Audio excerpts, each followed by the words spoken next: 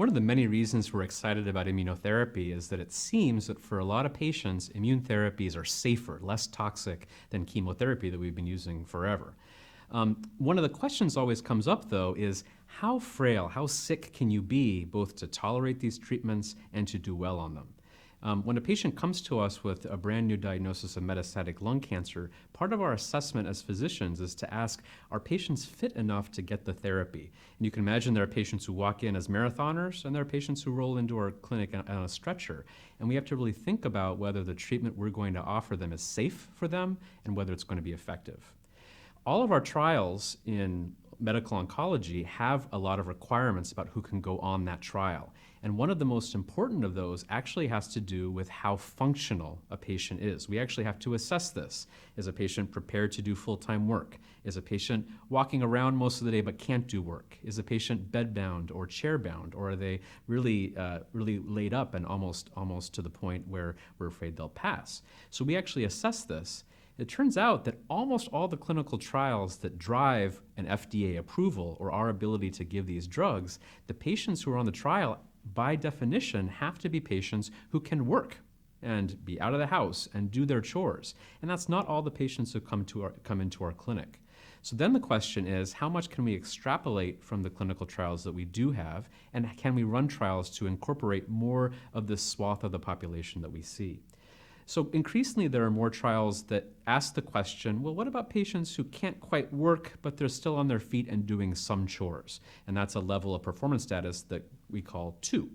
And some trials do accrue patients that have that level of function.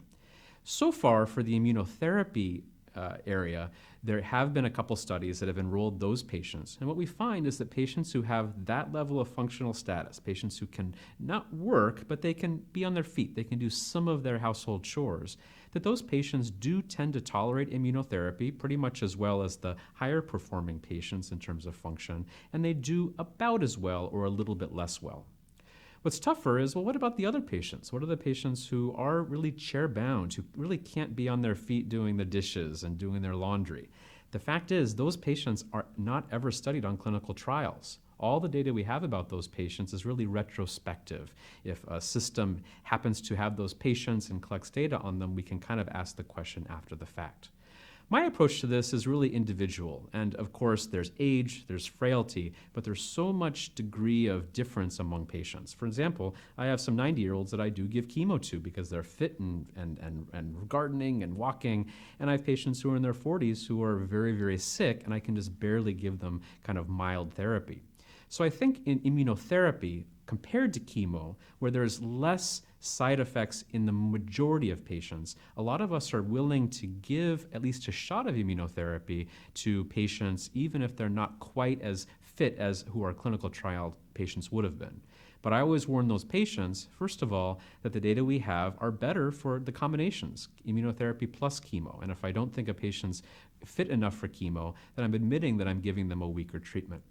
I also tell them that even though on average immune therapy has less side effects, it could be that you can still get a very devastating side effect, and the risk of that might be a little bit higher in what we would call a frail patient.